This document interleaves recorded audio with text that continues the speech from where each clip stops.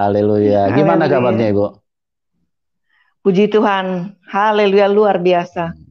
Amin, amin. Ini kalau orang yang hidup di era-era tahun-tahun 80-an, Ibu juga adalah seorang yang tidak asing ya, karena Ibu cukup aktif di dunia teater, bahkan juga mungkin sinetron pada waktu itu ya.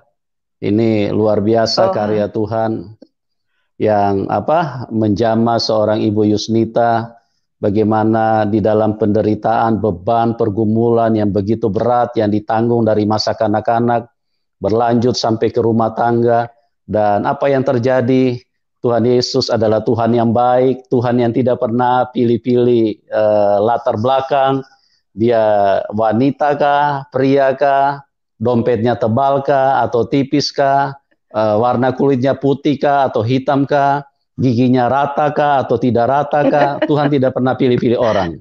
Ya, Tuhan amin, Yesus sangat amin, Pak. baik. Ya, dari berbagai latar Amin. belakang, ya, dari berbagai kehidupan, Tuhan Yesus terus menjangkau dengan kasihnya yang begitu luar biasa. Nah, apa yang terjadi dengan Ibu Amin. Yusnita? Pada malam hari ini teman-teman, jangan kemana-mana, tetap stay tune di channel ini, karena kita akan mendengarkan sebuah kisah yang sangat luar biasa, yang akan memberkati kita semua. Ya, Ibu Yusnita, waktu dan tempat saya serahkan Amin. kepada Ibu. Silakan Ibu.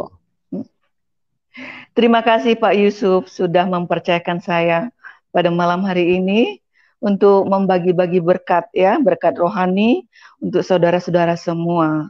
Shalom saudara-saudaraku.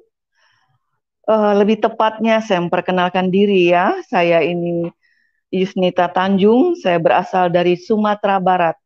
100% ayah ibu saya orang Sumatera Barat ya. Ibu saya orang Padang, Kota Padang, ayah saya orang Padang Panjang. Puji nama Tuhan, saya sekarang ini sudah dikaruniai tiga eh, menantu, tiga anak, dan 5 cucu. Puji nama Tuhan, satu orang suami. Dan saya bersyukur sekali kepada Tuhan jikalau saya bisa mengambil bagiannya di dalam kehidupan saya melayani, atau bagian saya yang paling tepat itu saya ingin menjadi saksinya Tuhan. Ya, banyak orang bertanya juga termasuk Pak Yusuf, bagaimana kok bisa ya Ibu menjadi pengikut Kristus? Ya, tentu saya tidak pernah bercita-cita, tidak pernah berkeinginan ya untuk menjadi orang Kristen, apalagi menjadi pelayan Tuhan. Ya, menjadi pelayan Tuhan di dalam perjalanan hidup saya sangatlah tidak mudah. Tetapi sekarang ini saya merasakan seberat apapun beban yang harus saya pikul, saya sadari sekali bahwa saya tidak sendiri. Saya bersama dengan Tuhan. Inilah kelebihan dari apa yang diajarkan oleh Yesus kepada pengikutnya. Immanuel, dia menyertai kita. Ini yang paling sangat ya diharapkan oleh setiap orang. Ternyata dia menyertai kita, berarti dia bersama dengan kita. Jadi dia tahu apa saja yang kita lakukan. Dan dia juga tahu kalau kita memiliki beban, dia tidak akan biarkan kita memikul sendiri. Itu yang menjadi poin saya sampai hari ini, bahwa Tuhan menyertai saya, itu sangat luar biasa. Bapak Ibu yang dikasih oleh Tuhan Yesus Kristus, saya 5 bersaudara. 5 bersaudara, 1 laki-laki dan 4 perempuan.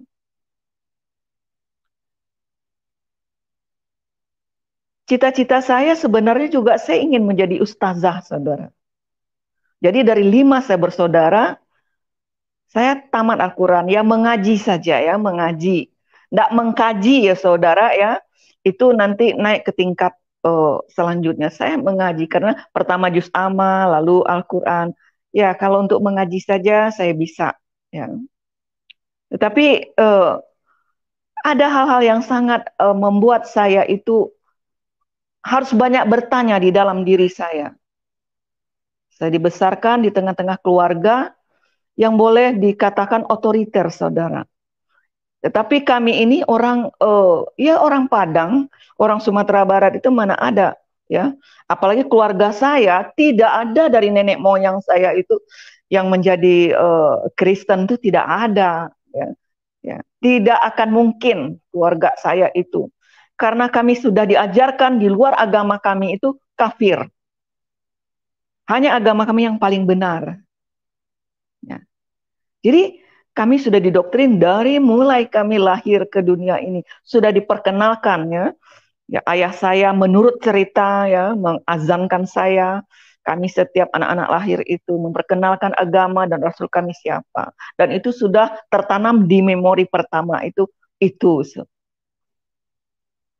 Tapi lain cerita, ketika kita diproses di dalam dunia ini, yang saya tahu juga di dalam dunia ini hanya ada dua roh, roh Tuhan dan roh iblis, hanya ada dua itu. Saat itu saya tidak mengerti, ya, seperti saya mengerti sekarang ini tentang ketuhanan itu. Yang taunya saya beragama dari nenek moyang saya, dari ayah ibu saya. Titik, itu saja. Tetapi ketika saya menjalani kehidupan itu, ya tentu saja kita di dalam keluarga besar itu ada yang kita butuhkan, yang kita dapatkan di dalam keluarga itu sebagai anak waktu itu. Kami membutuhkan kasih sayang orang tua, sudah pasti itu. Saya melihat teman-teman saya, bagaimana mereka bisa bercanda dengan keluarga mereka, terutama dengan ayah. Ya, mereka digendong, ya, dipeluk. Kalau ayah pulang begitu sangat menyenangkan. Saya tidak mendapatkan itu, Bapak Ibu. Saya tidak mendapatkan itu. Pertama-tama ya, mulai saya agak berumur 8 tahun begitu, sampai mau 9 tahun itu, saya membutuhkan itu gitu. Sampai saya ada iri hati dengan teman-teman saya, kok dia bisa ya berkasih sayang dengan ayahnya. Ayah saya kalau pulang, Bapak Ibu ya, itu sangat menakutkan. Sendalnya saja, sepatunya saja itu kalau kedengaran, itu rasanya berpisah roh ini dari badan. Ayah pulang begitu. Ayah hanya bicara kebanyakan pakai pukulan, pakai tendangan. Ya. Semua kami anak-anak, tidak ada yang terkecuali. Apalagi ketika dia marah, saya melihat bagaimana kakak-kakak saya dipukulin. Kalau kakak saya sudah dipukulin, saya pun, kami semua kebagian, walaupun kami tidak salah. Nah, itu terus berlangsung di rumah, di keluarga besar saya. Sejak itu saya timbul pertanyaan, kami ini orang beragama, kami ini orang punya Tuhan. Tetapi kenapa kok hidup seperti neraka ini? Karena 5 tahun saja kami sudah diajarkan bagaimana puasa, bagaimana sholat, itu sudah diajarkan. Dan semua kami harus sholat. Tetapi kenapa tidak ada kebahagiaan? Itu di keluarga saya ya. Saya nggak tahu di keluarga yang lain. Tetapi ini yang saya ceritakan saya dan keluarga saya. Dan itu banyak saksinya. Nah sejak itu mulailah saya dendam dengan keluarga saya. Saya dendam sekali terutama kepada ayah saya itu. Kebencian saya terhadap ayah saya ini sangat luar biasa. Terlebih ketika saya umpamanya melihat ibu saya menangis, ibu saya benar-benar terpukul sekali setiap ayah saya pulang itu, yang dia tidak dapat ceritakan ke anak-anaknya. Dia menangis sambil menutup mukanya dengan bantal terisak-isak. Tapi ketika kami mulai bertanya, ya saya suka ya, waktu saya urut-urut ibu saya, kadang-kadang saya bertanya, kenapa, ada apa itu? Rupanya ayah saya menikah lagi. Ayah saya menikah lagi. Di dalam pikiran saya waktu itu, bukankah itu perintah dari agama? Kenapa sih kok harus sedih, harus tersiksa begitu? Ya, jadi situ saya mulai bertanya-tanya, kenapa kok begitu? Cuma ibu saya mengatakan, kamu belum mengerti, nanti kalau kamu sudah besar, kamu baru mengerti. Ya, mengerti tidak mengerti, saya sudah mendengar bahwa hal itu biasa. Baik lewat ustadz-ustadz saya, yang diajarkan boleh berpoligami, boleh-boleh. Gitu. Tapi kenapa ketika itu terjadi, tidak ada sukacita? Ya. Bukankah itu melakukan perintah dari Allah itu? Gitu. Itu menjadi PR saja sama saya. Ya bagaimana bahagia Bapak Ibu. Ibu saya itu istri keempat dari 16 istri ayah saya. Tentu saja ya perempuan mana ya saya pikir ya. Saya salut benar saya katakan. Dengan orang-orang yang dipoligami itu dia mengatakan dia bahagia. Wah, saya sangat salut sekali. Tapi kalau saya, ternyata keluarga saya tidak bisa ya bersuka cita ketika itu terjadi. Otoriter ayah saya ini luar biasa, saudara. Ayah saya ini juga paranormal. Jadi kebencian saya sama ayah saya ini ya, bukan saja ketika dia memukuli saya. Ya, saya juga ketika saya mendengar kesaksian dari Joyce Meyer itu, saudara ya, dari Suicide Hating, bagaimana dia diperlakukan dalam pelecehan seks ya, oleh ayahnya, oleh kakaknya. Begitu dia masuk ke dalam area itu, membuat dia tidak stabil jadi manusia. Dan saya juga hampir diperlakukan seperti itu oleh ayah saya. Kalau saya tidak lari malam hari itu, saudara, saya tidak mengerti apa yang terjadi dalam hidup saya. Jam 3 malam saya lari di tengah malam itu. Ketika saya akan diperlakukan ya tidak wajar oleh sang ayah itu. Tentu saja kebencian saya ya ada alasan yang kuat, saudara. Tetapi catat baik-baik, saya ini orang beragama. Dan kami sholat, saudara. Ayah saya serah, kalau kami tidak sholat, itu ayah siapkan rotan. Nah itu yang terjadi di dalam keluarga besar saya. Pada satu kali kami ke Jakarta, saudara. Dari Padang ke Jakarta. Karena ibu saya ini mengajak saya dan adik saya untuk menyusul kakak saya yang 2 orang perempuan sudah lebih dahulu ke Jakarta. Maksud hati waktu itu mau berlibur saja, saudara. Tetapi ketika saya melihat ibu saya, kami naik kapal laut, saudara. Ibu saya menangis di kapal itu. Dengan terisak-isak, dia melihat ke laut. Lalu saya tanya, ada apa? Ibu kok menangis? Kan enak kita mau ketemu kakak. Oh rupanya ibu dan ayah saya itu bercerai, saudara. Diam-diam ayah saya menjatuhkan talak ke ibu saya. Bagi ibu saya itu mungkin satu pukulan ya. Tapi bagi saya mendengar itu, aduh, kalau dahulu saya bisa berteriak, Alhamdulillah, saudara. Wah, akhirnya orang yang jahat itu ya pergi dari keluarga kami. Yang selalu setiap, itulah entahkah dosa atau tidak, saya tidak mengerti Bapak Ibu. Kalau kami sholat bersama, yang ada di hati saya melihat ayah saya itu, saya sumpah serapah. Sampai saya katakan, kenapa ya Allah, engkau tidak ambil orang ini? Tabrak kek sama mobil atau mati mendadak kek disambar petir. Karena jahatnya itu sangat, saudara, membuat saya benar-benar, saya katakan, dendam saya terhadap ayah saya sangat luar biasa. Nah, ketika dia bercerai itu, itulah kemerdekaan bagi saya suka saksikan. Merdeka kami tanpa ayah itu. Seolah-olah roh iblis itu tidak ada gitu di lingkungan kita. Tapi ibu saya sedih. Sampai kami di Jakarta, ketemu dengan kakak. Nah kakak saya ini sedikit banyaknya saudara ya. Kalau suka nonton dulu di TVRI, Sengsara membawa nikmat. Ya, di TVRI itu terkenal ya.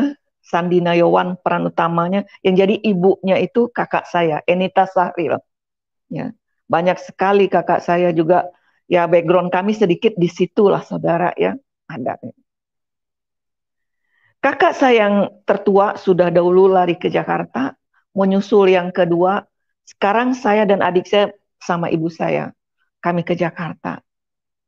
1 minggu di Jakarta kami menikmati hidup itu. Bisa duduk, bisa berlari, kalau kita bercanda bisa bersuara. Ya, satu kebahagiaan yang belum pernah kami rasakan. Ya. Tetapi 1 minggu saja. Mujur tidak dapat diraih, malang tidak dapat ditolak. 1 minggu saja kami menikmati kemerdekaan itu. Ibu saya meninggal, saudara.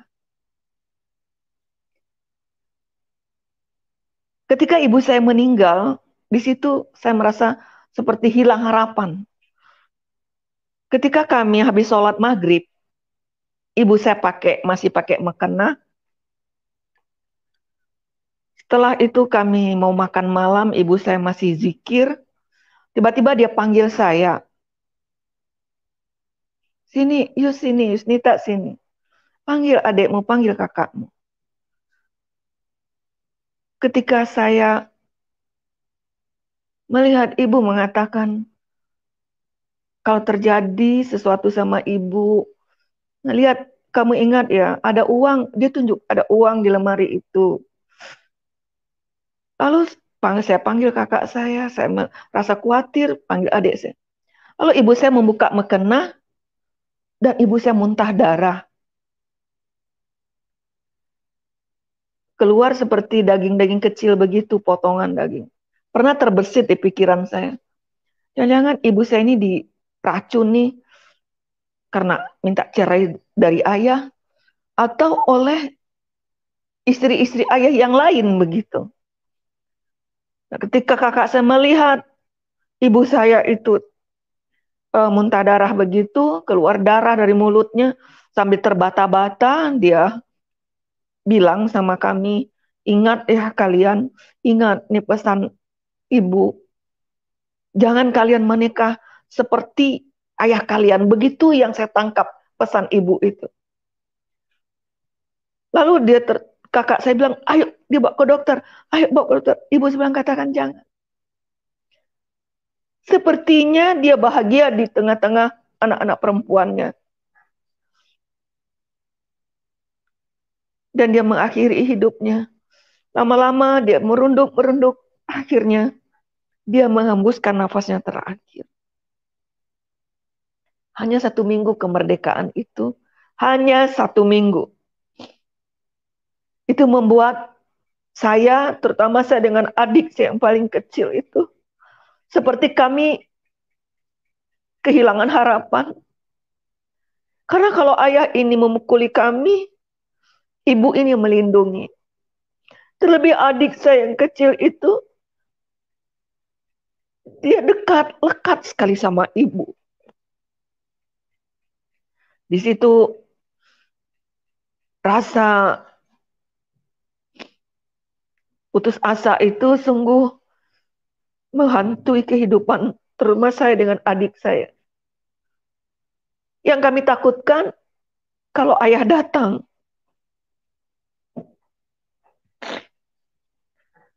itu yang membuat pernah saya dengan adik saya itu mau bunuh diri, saudara ya. Dan kami berpikir kami mau tinggal sama siapa, di mana, karena selama ini kami bertiga di Padang, sedangkan kakak yang berdua sudah di Jakarta. Itu yang saya alami ketika saya kehilangan sosok seorang ibu ya, yang menjadi teladan bagi saya. Ibu saya itu cantik, saudara. Dia pintar sekali memasak. Dan kami melihat betapa ibu ini sangat mencintai ayah ini juga. Dia bertahan ketika suaminya menikah lagi, dia bertahan, dia bertahan. Yang saya pikir, mungkin ibu saya makan dalam ya saudara ya. Makan hati kata orang itu. Tetapi menjadi pertanyaan besar bagi saya. Mengapa ibu saya setelah berhubungan dengan Allah, dia habis sholat maghrib saudara. Keluar kata-kata sumpah serapah itu. Sepertinya dia dendam juga dengan ayah saya itu. Dia berpesan, kami jangan menikah seperti ya, ayahmu itu. Bagaimana setelah orang berhubungan dengan Allahnya, kok hatinya tidak damai? Itu menjadi PR bagi saya. Kami tidak pulang ke Jakarta, ke Padang. Akhirnya kami tinggal di Jakarta bersama dengan kakak. Waktu itu tinggal di daerah Jakarta Selatan, saudara ya, di Haji Nawi. Bertetangga nggak jauh dari Kos Plus, saudara ya, dari kompleks itu. Nah, ada suatu kali, ada orang Kristen itu ibadah. Ya, ibadah. Ketika saya lewat di depan rumah itu, saya dengar pengkhotbahnya sedang membahas tentang pernikahan.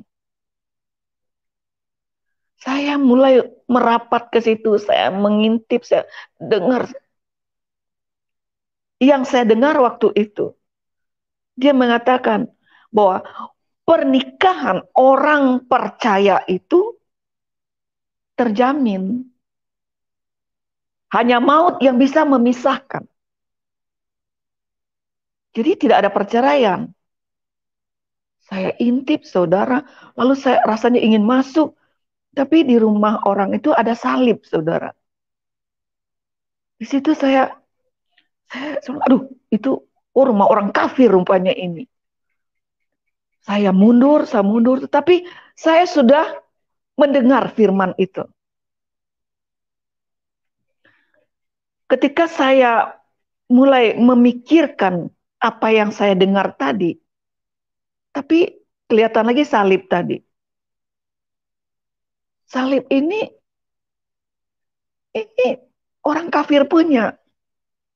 Tetapi kok ajaran orang kafir itu begitu bagusnya? Itu yang terngiang-ngiang di telinga saya. Sudah saya abaikan karena saya lihat salib itu. Tidak berapa lama saudara, 2 tahun kemudian kalau tidak salah saudara ya. Ayah saya ini memang datang. Ayah saya datang, lalu dia katakan, Yusnita udah nikah saja. Tidak usah mikir-mikir mau kuliah-kuliah segala, itu tidak penting. Saya merasa takut juga saudara. Kakak saya dari Jakarta Selatan pindah ke Jakarta Pusat. Dulu kami tinggal di Jakarta Pusat, tepatnya sekarang ini menjadi Hotel Akasia, saudara. Tetapi apa yang pernah saya dengar itu, sepertinya saya membutuhkan hidup seperti itu tuh. Kalau saya bandingkan dengan ibu saya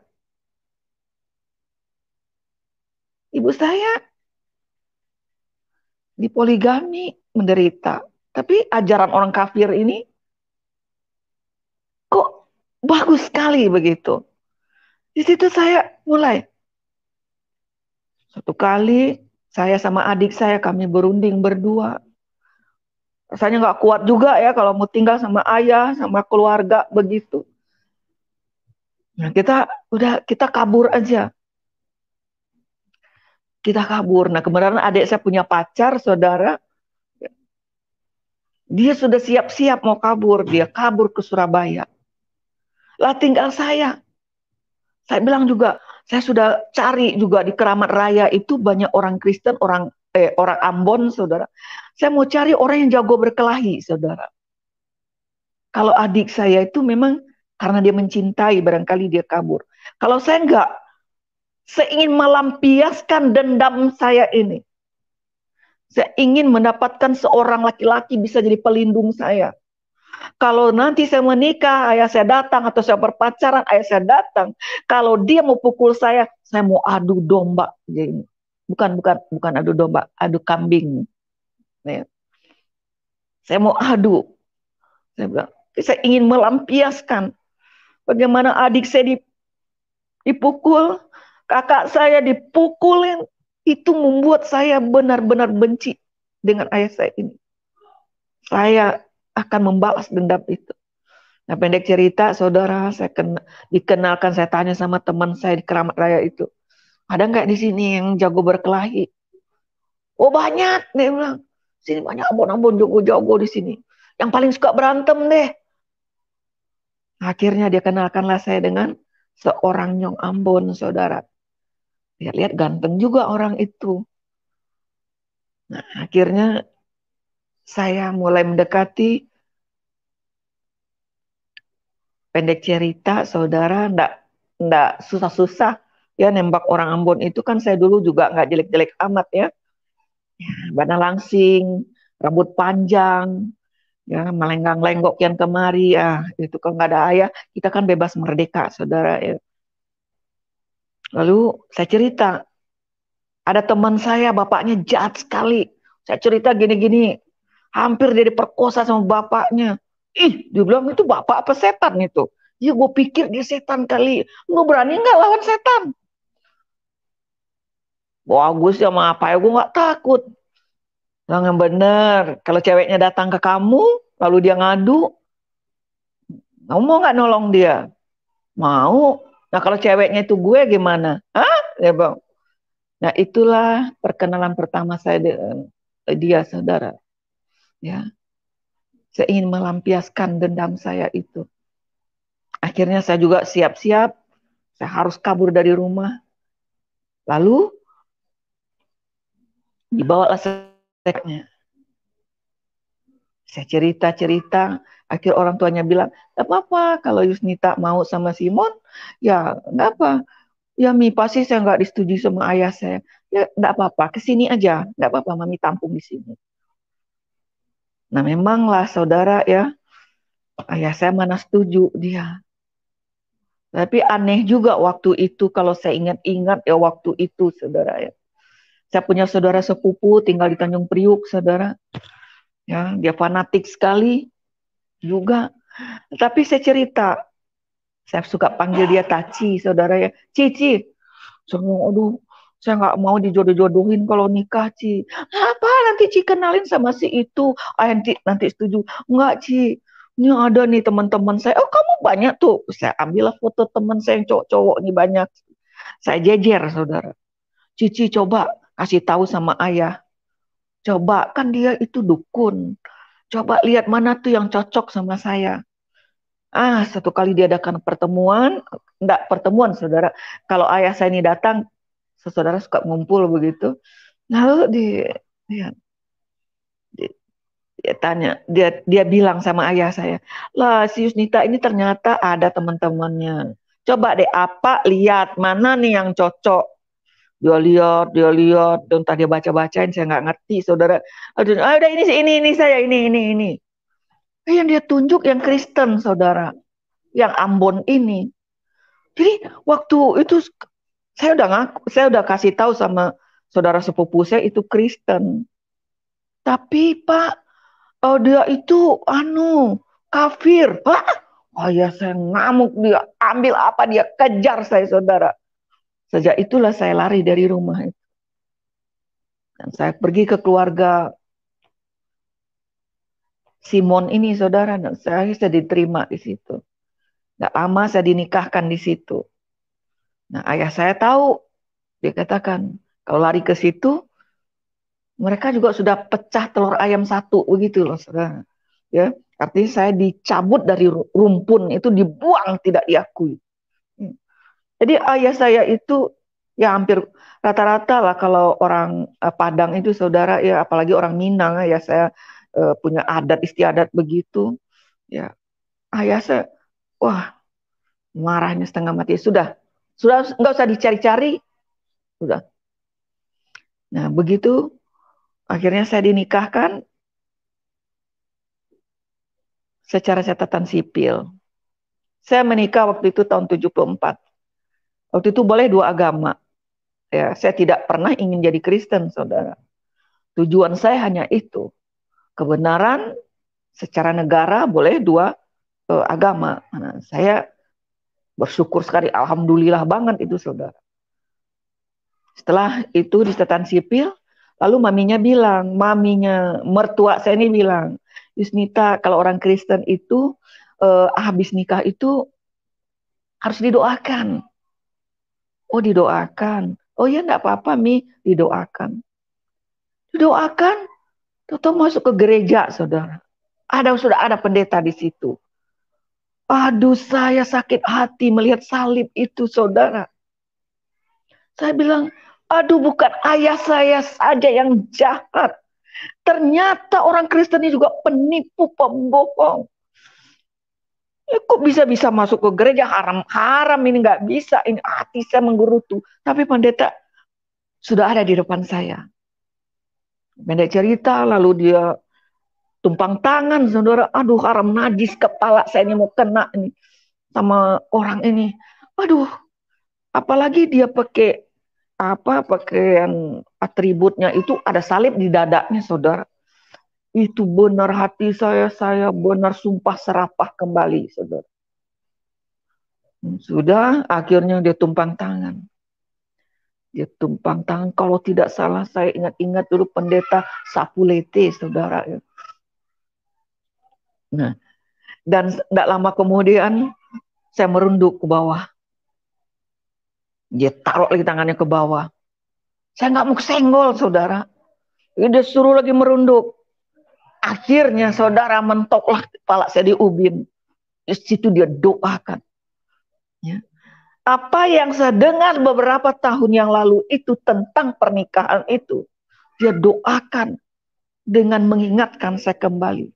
Apa yang dipersatukan Allah tidak bisa dipisahkan oleh manusia kecuali maut yang akan memisahkan. Di situ saya merasa, ya Tuhan, itu bagus juga itu. Tapi kenapa dikafiri ini? Itulah sifat, itulah pikiran orang yang dirasuki oleh dendam kusumat itu, saudara, yang disebut hati yang pahit itu. Mau cari untung saja, mau beruntung saja, dia mau hukumnya begitu, tapi agamanya nggak mau seenaknya aja. Itulah orang-orang yang penuh dengan kepahitan, penuh dengan dendam itu. Nah, akhirnya saya sudah masuk ke ranah orang Kristen. Ayah saya tidak pernah mencari saya. Tidak pernah, saudara. Malah dia biarin aja, lakum dinukum waliyadin. Biarin aja. Apalagi dia dengar saya kan agama saya masing-masing. Nah, itu membuat dia mungkin tidak marah, saudara. Tidak terlalu marah begitu. Maka dia biarkan. Nah, sudah berjalanlah dalam perjalanan rumah tangga, saudara. Saya pikir-pikir waktu itu bagaimana saya melihat ibu saya menangis, ibu saya terisak-isak, ya. Ketika ibu saya itu benar-benar menghadapi situasi ayah saya, menikah lagi dengan hati yang penuh dengan kepahitan, hancur hati.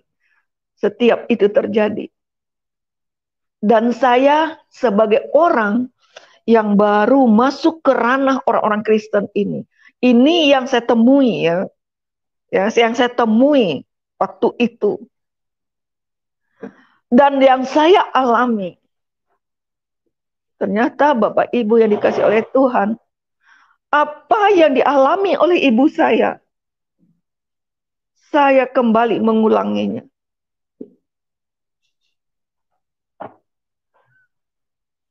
Kalau saya lihat mereka rajin beribadah, bergereja, mengadakan upacara Natal ini dan itu, Paskah, pokoknya tidak ada hari-hari Minggu tuh mereka semua sibuk ke gereja, bahkan melayani di gereja. Tapi mengapa yang kasih itu tidak muncul di dalam diri mereka? Kalau dia punya kasih, tidak mungkin dia bisa melakukan itu, terutama untuk saya. Yang berselingkuh tetap selingkuh, berjudi, mabuk. Kalau ditegur, marahnya dari, waduh, saya terjebak di dalam suasana seperti itu.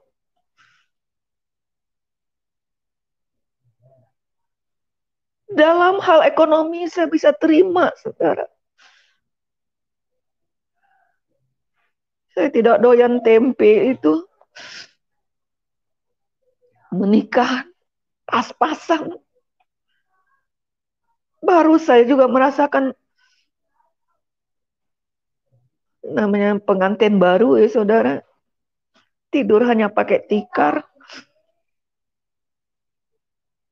Tapi karena untuk sebuah dendam, apapun saya terima.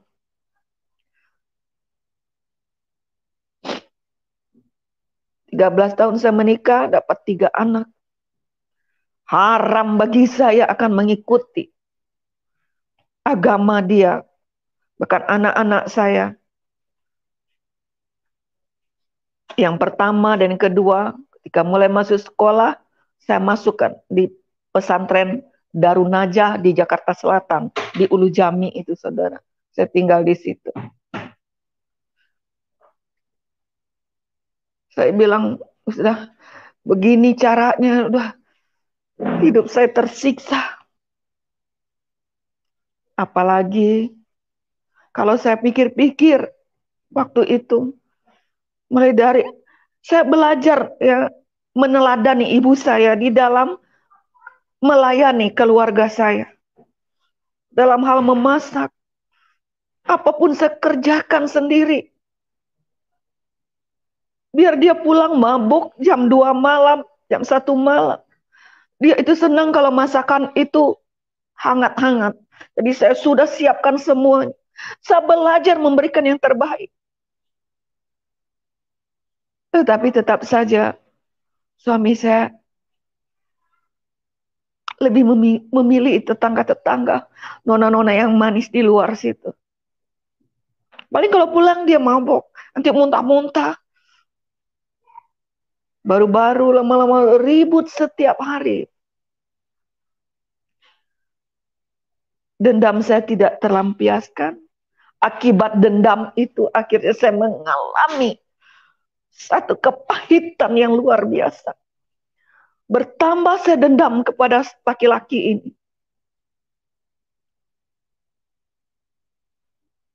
Dan saya merasakan bahwa Allah itu tidak ada. Allah itu bagi saya waktu itu tidak ada berkuasa. Kalau Allah saya itu ada, kenapa dia tidak menolong ibu saya? Dia tidak menolong saya sudah menyembah. Kenapa hidup saya seperti ini? Dan kebencian saya juga terhadap orang Kristen. Yang paling benci banget saya bahwa Yesus itu dikatakan Tuhan. Kalau memang Yesus itu Tuhan, kenapa Tuhan itu tidak berkuasa untuk mengubah kehidupan suamiku ini? Atau kalau orang-orang yang saya temui itu, saudara.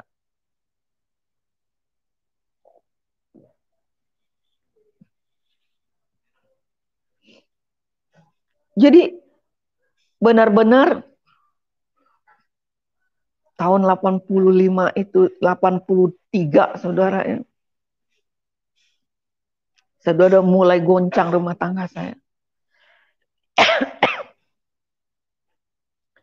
Akhirnya saya kembali ke dunia yang dirintis oleh kakak saya. Kayak dunia drama begitu saudara ya, di TVRI, di TPI. Memang udah cari duit saja, duit yang penting duit. Ya. Kalau dengan duit ini kita dihargai oleh orang. Boleh dikatakan saya menjadi ateis, saudara. Secara pribadi jujur saya mengakui waktu itu, saya tidak percaya adanya Allah. Saya tidak percaya adanya Tuhan Yesus itu. Bagaimana disebut dia Tuhan atau juru selamat? Lah ini kok nggak bisa diselamatkan? Mungkin di luar sana banyak ya yang baik-baik, tapi yang saya temui waktu itu iya begitu. Mereka mabuk, mereka main judi, lalu mereka bilang sama saya, makanya ikut Yesus, Yesus itu Tuhan, Yesus itu juru selamat. Saya bilang udah gila nih orang-orang. Main judi, sering minum mabuk, dia bicara tentang Yesus. Lagi mabuk, dia pergi beribadah. Lalu dia bernyanyi mengaku, oh anak raja. Makanya anak-anak saya sekolah di pesantren. Waktu SD, anak saya yang laki-laki ini, saudara, ya. Anak saya nomor 2 itu. Saya sampai dipanggil sama gurunya di sekolahnya itu. Karena waktu dia mengisi formulir, ya, anak-anak itu waktu itu, apa cita-cita kamu? Dia bilang jadi pendeta. Saya marah setengah mati, saudara. Saya dipanggil sama guru. Gitu. Masa di pesantren lalu dia tulis cita-citanya jadi pendeta. Anak saya yang perempuan, yang pertama itu, jilbab itu tidak boleh lepas itu, saudara. Saya tidak pernah pakai jilbab, saudara. Jadi dari kecil tuh dia sudah fanatik begitu. Karena saya bilang, lihat tuh, orang kafir, orang Kristen, begitu kelakuannya, papa kamu itu lihat. Dan mereka melihat dengan mata kepala sendiri. Nah, itu kehidupan saya selama 13 tahun. Waktu saya mulai merintis-rintis, tahun 83, saudara ya, itu saya kontrak sama Taspen, sama Perumtel, saya buat dokumenter itu setengah jam, saya siarkan di TVRI, mulai saya cari uang. Pernah juga saya di TPI itu, saya tidak suka jadi pemain, saudara. Saya kurang bisa berakting itu, saya kurang bisa. Tapi kadang-kadang dipanggil itu, enggak, kamu pernah saya juga jadi pemeran utama gitu di TPI itu berapa episode begitu. Tapi karena kita butuh uang, saudara ya, jadi saya terima. Tetapi cita-cita saya ingin menjadi produser, saudara. Ingin saya membuat film. Itu mulai dari setengah jam, saya ingin 40 menit, nanti sampai 1 jam. Itu ya jenjang karir saya di situ. Nah, disitulah badai persoalan yang tidak bisa dihentikan di dalam rumah tangga saya. Ketika saya mengurus ada satu produksi, saudara ya, waktu itu di Sumatera Barat, kerjasama dengan Pemda tingkat 1, tingkat 2. Waktu saya melahirkan anak saya yang ketiga itu baru umur belum setahun, saudara. Saya bawa itu untuk mengurus ya drama saya itu. Kalau nggak salah dulu judulnya Pesan Bunda. Ya, saya mengangkat cerita tentang kenapa sih wanita Minang itu terkenal sekali membeli laki-laki. Nah, itu saya angkat bahwa tidaklah seburuk apa yang kalian pikirkan. Itu saya mengangkat cerita itu waktu itu. Waktu saya mengurus-ngurus itu, saya bawa anak ini yang umur 7 bulan kalau tidak salah dengan keponakan saya satu. Saya titip, saya mencari lokasi untuk syuting, saudara ya. Kita hunting pakai mobil Pemda. Tiba-tiba saya harus rekaman masuk di Jakarta, masuk studio rekaman. Saya mengikuti drama apalah waktu itu. Nah, saya pulang. Nah, karena tidak dapat tiket pesawat, saudara ya. Jadi saya harus pulang naik bus. Nah, waktu saya pulang sampai di Pulau Gadung itu saya dirampok, saudara ya. Saya ditodong dan diambil semua diambil. Nah, saya akhirnya berapa hari kemudian, 2 hari kemudian setelah rekaman di Jakarta, saya kembali lagi ke Padang. Nah, saya berceritalah dengan Sekda di Sumatera Barat waktu itu. Saya cerita-cerita. Lalu bapak itu mengatakan, kok terjadi begitu? Iya Pak, saya sudah habis ditodong gini-gini, ini bukti laporan polisinya. Tiba-tiba apa yang hilang diganti oleh bapak itu. Ya. Berapa uang saya, ada kalung saya diambil. Pokoknya diganti. Itu yang membuat suami saya ini cemburu, saudara. Orang berbuat baik sama kita, dia cemburu juga. Cemburu yang nggak pada tempatnya saya lihat. Harusnya kan istri kita ditolong orang, itu membuat dia cemburu. Nah kebenaran, waktu saya pulang dari lokasi itu, saya menginap, nggak di hotel saudara, di rumah saudara saya. Lalu saya diurut di situ, diurut. Lalu tukang urut itu bilang, Ibu, nanti besok pagi kalau mandi sama air panas, kalau keluar biru-biru, Ibu ada gejala jantung itu. Nah kebenaran, saya itu mandi dan benar keluar biru-biru di badan saya. Nah waktu saya pulang ke Jakarta, 1 minggu kemudian, malangnya nasib saya ini birunya sisa di dada saya, saudara. Memar begitu. Itu membuat saya sangat tidak berharga di depan suami saya. Selama ini saya bertahan, saya mempertahankan rumah tangga saya dengan kekudusan yang ada, saudara. Tidak mudah bagi saya waktu itu. Bergelut di dunia entertain itu, saudara. Karena dia nggak percaya, kita bawa anak, kita bawa ponakan, kita bawa kalau saya mau, saya bilang, kamu ikut. Lagi syuting tuh ikut. Saya lebih merasa terhormat. Tapi dia tidak mau. Dia sibuk dengan cewek-ceweknya, dia sibuk dengan konco-konconya. Kalau dia mau pergi keluar kota, tiba-tiba dia pergi, entah dia keluar kota atau tidak, atau dia kos dengan siapa di Jakarta, saya harus terima. Tapi waktu itu, pulang dia tuduh saya berselingkuh. Itu membuat Yusnita benar-benar menjadi singa, saudara. Benar-benar saya tidak bisa terima. Karena saya dicaci maki setiap hari. Maaf kata, kadang-kadang kalau saya habis dari TV, dari mana, mulut kasarnya. Aduh, kalau orang Ambon itu, saudara, kayak dua kepribadian. Kok dia baik-baik banget. Tapi ketika dia jahat, lebih jahat dari Herodes, saudara. Saya katakan, ya saya tidak bisa menghindar. Emang ada biru.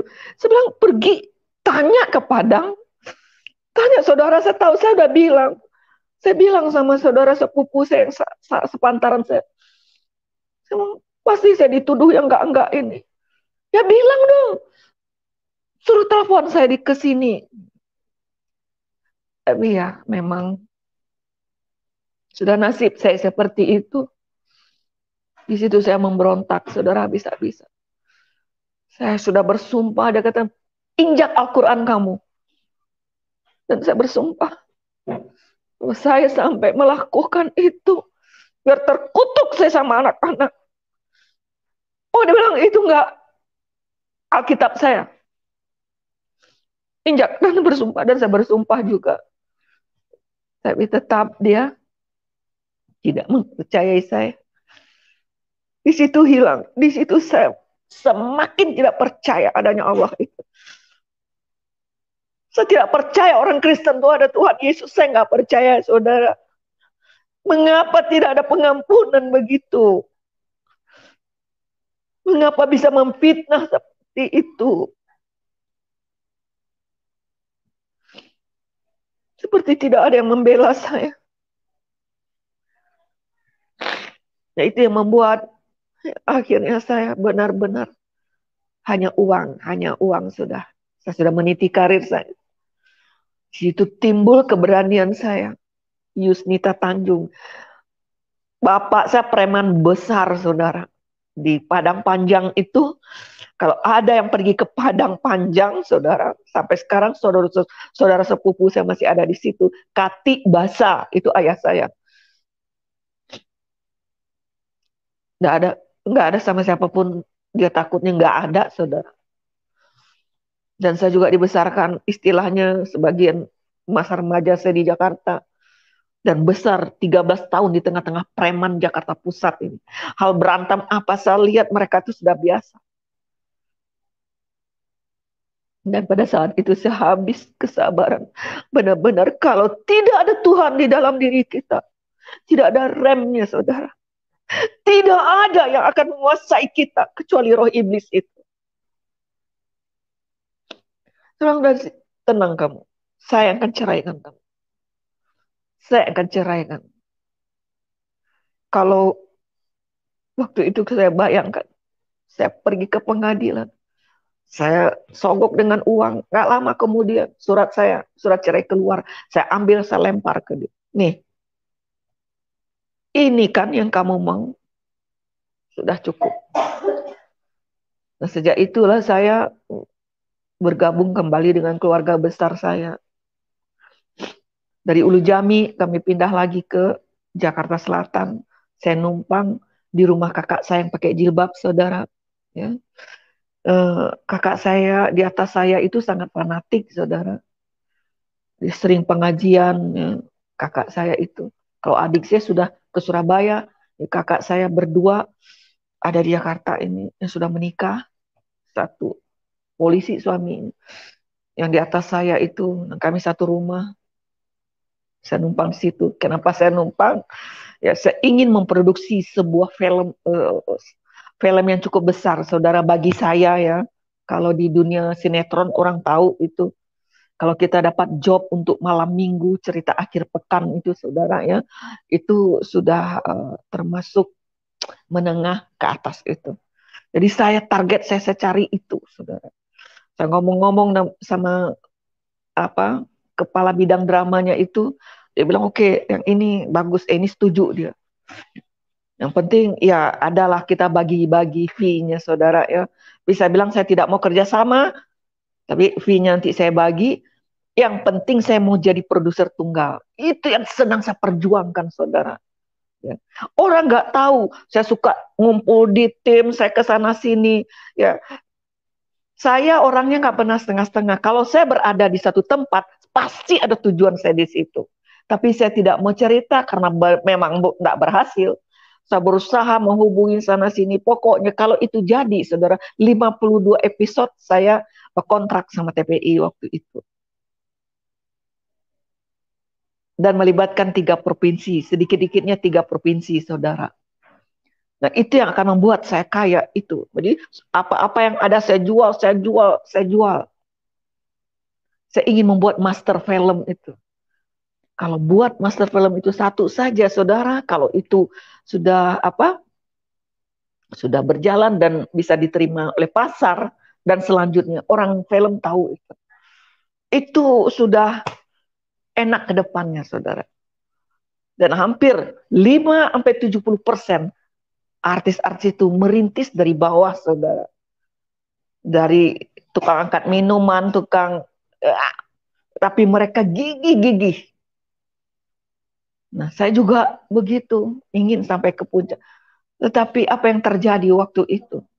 Anak saya sudah bercerai bersama dengan kakak saya tinggal, ya bersama dengan kakak saya itu, dia tinggal di atas, saya tinggal di bawah, rumah itu tingkat, saudara. Jadi untuk menghubungi ada satu ya provinsi itu rasanya, aduh, sulit sekali.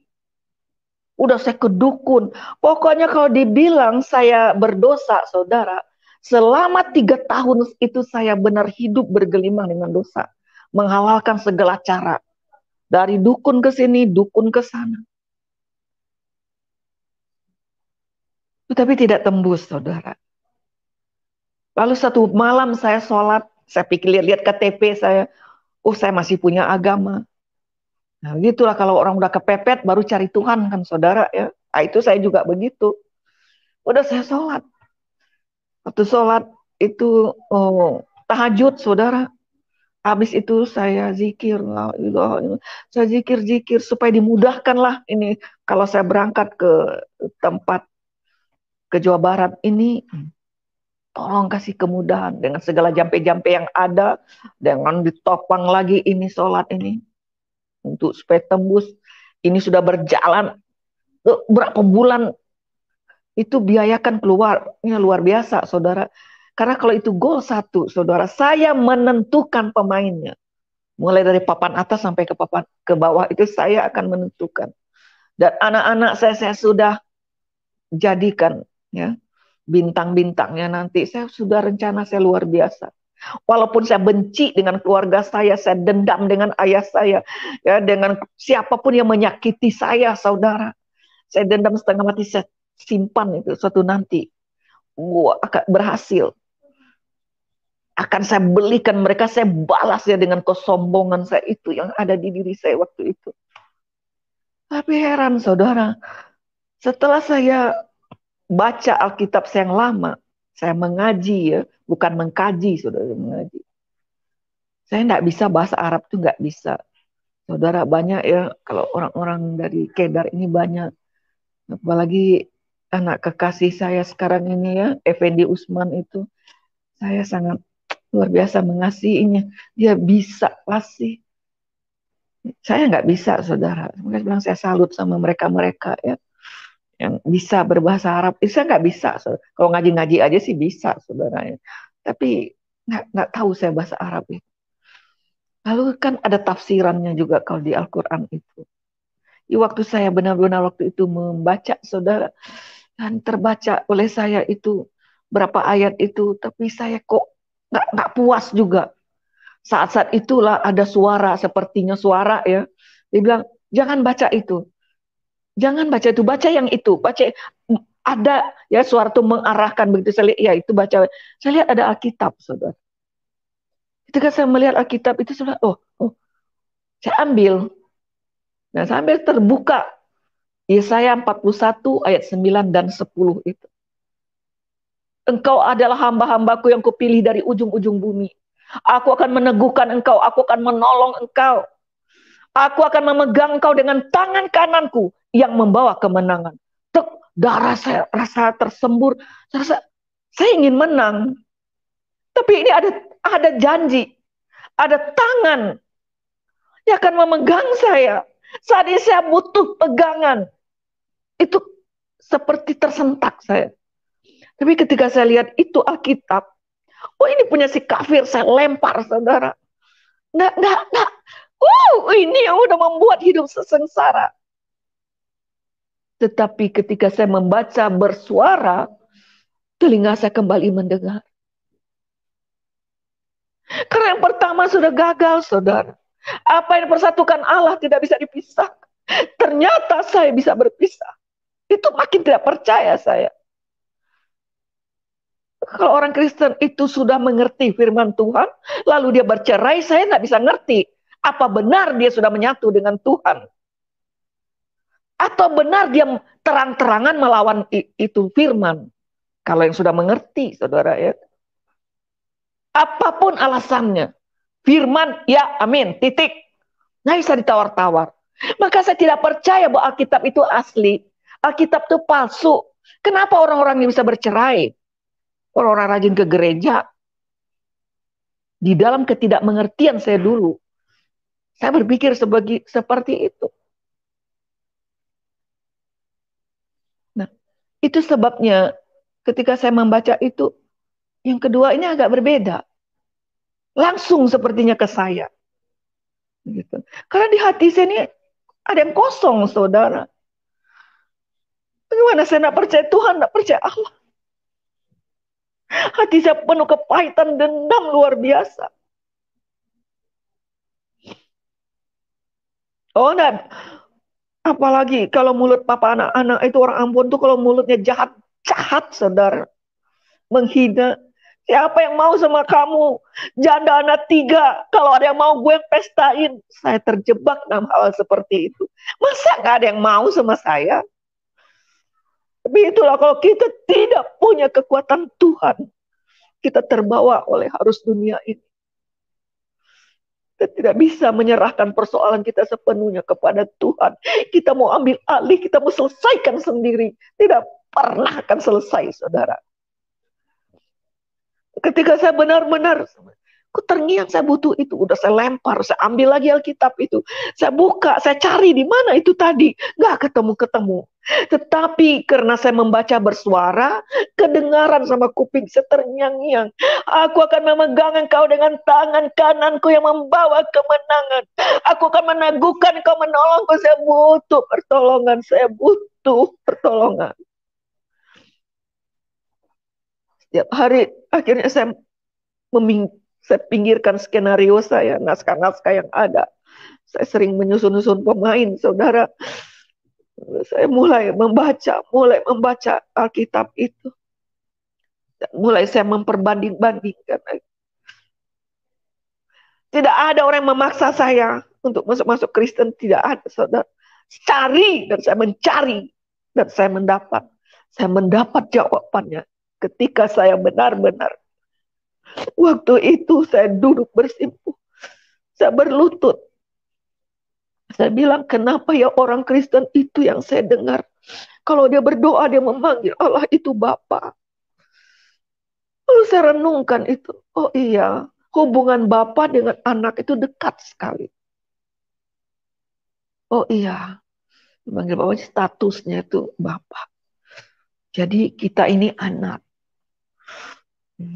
Saya mulai duduk bersimpuh, saya berlutut.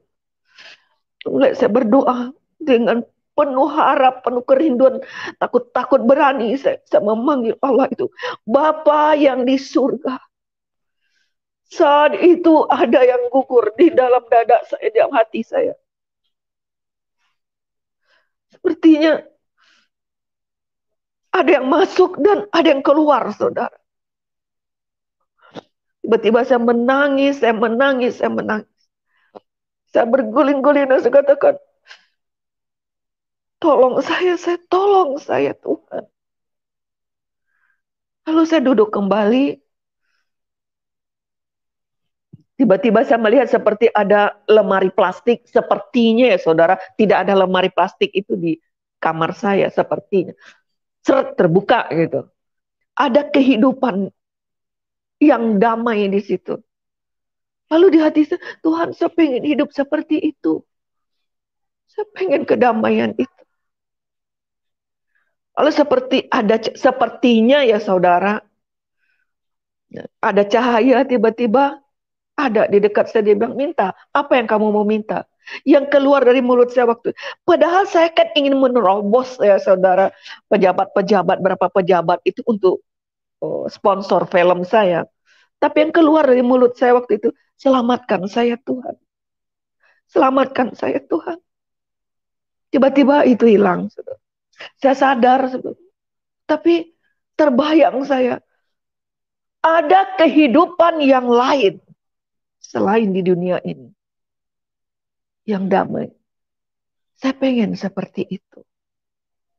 Nah sejak itu. Ya, saya merasakan ada jamaah.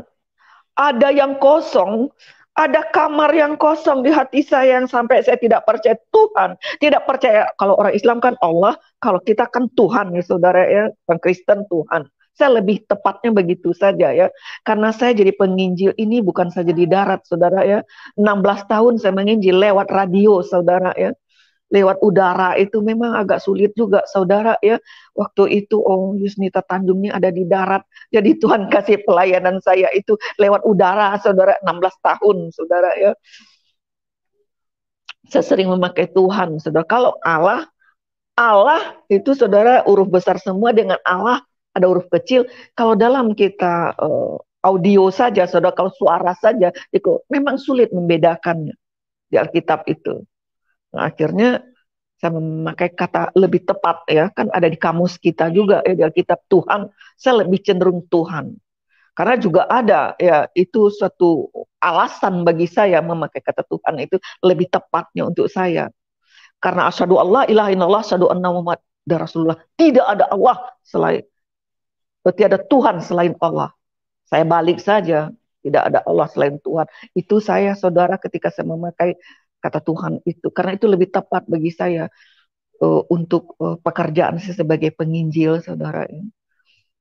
Waktu itu saya benar-benar ya, merasakan bahwa Tuhan itu masuk ke hati saya. dan ada yang gugur. Ketika ada yang gugur tuh mulai, saudara. Mulai saya ini menyadari, Yusnita Tanjung tidak ada apa-apa. Kau bukan siapa-siapa. Kau seonggok tanah. Kalau kau hidup, itu karena Tuhan menghidupkan kamu. Orang yang penuh dengan dosa, saya kata saya yang paling berdosa. Ampuni saya Tuhan, ampuni saya Tuhan. Dan saya merasa ringan. Mulailah saya membaca Alkitab itu. Saya ingin tahu, ingin tahu. Lalu saya katakan saya butuh pembimbing. Siapa ini? Udah sekitar hampir 1 bulan saudara ya. Saya membaca, saya kerindu. Saya suka renung-renung sendiri. Oh iya ya. Ketika saya suka mengajarkan ke orang-orang. Jangan baca-baca Alkitab saja. Kalau kau tidak ada kerinduan untuk ingin tahu siapa Tuhan. Karena ketika kita ingin, mau tahu, maka Tuhan akan memberi tahu. Karena banyak orang baca Alkitab, udah tamat kata dari kitab Kejadian sampai ke Wahyu berkali-kali, hidupnya nggak pernah berubah, karakternya nggak pernah berubah, saudara. Tapi ketika kita merindukan, baca Alkitab itu dengan kerinduan, bahwa Tuhan sedang berbicara dengan kita. Apa yang Dia katakan, lakukan saja. Lakukan saja. Itu yang terpenting, saudara. Jadi mulai, saya merenungkan itu. Saya harus melakukan itu. Wah begini. Tapi saya butuh pembimbing. Akhirnya Tuhan, ya semua sudah terjual. Saya sudah tidak lagi ke TPI, ke Taman Ismail, ke TVRI. Sementara uang tidak ada. Itu juga saya hutang karena biaya produksi itu mahal, saudara. Kalau sekarang nih 2M sampai 3M lah untuk memproduksi satu master film itu. Tidak, karena itu hutang kiri kanan nanti kan dibayar, saudara ya. Kalau itu sudah selesai, aduh untungnya sangat luar biasa, saudara. Orang kalau sudah memproduksi itu, aduh kayak Raffi Ahmad itu, saudara, kan mulai dari nol juga dari kecil dia dulu. Itu dunia itu benar-benar surga, dunia itu di situ. Tapi untuk merintis tuh hampir semua orang, saudara. Ngos-ngosan dulu. Saya hutang banyak untuk biaya operasional kan, saudara ya.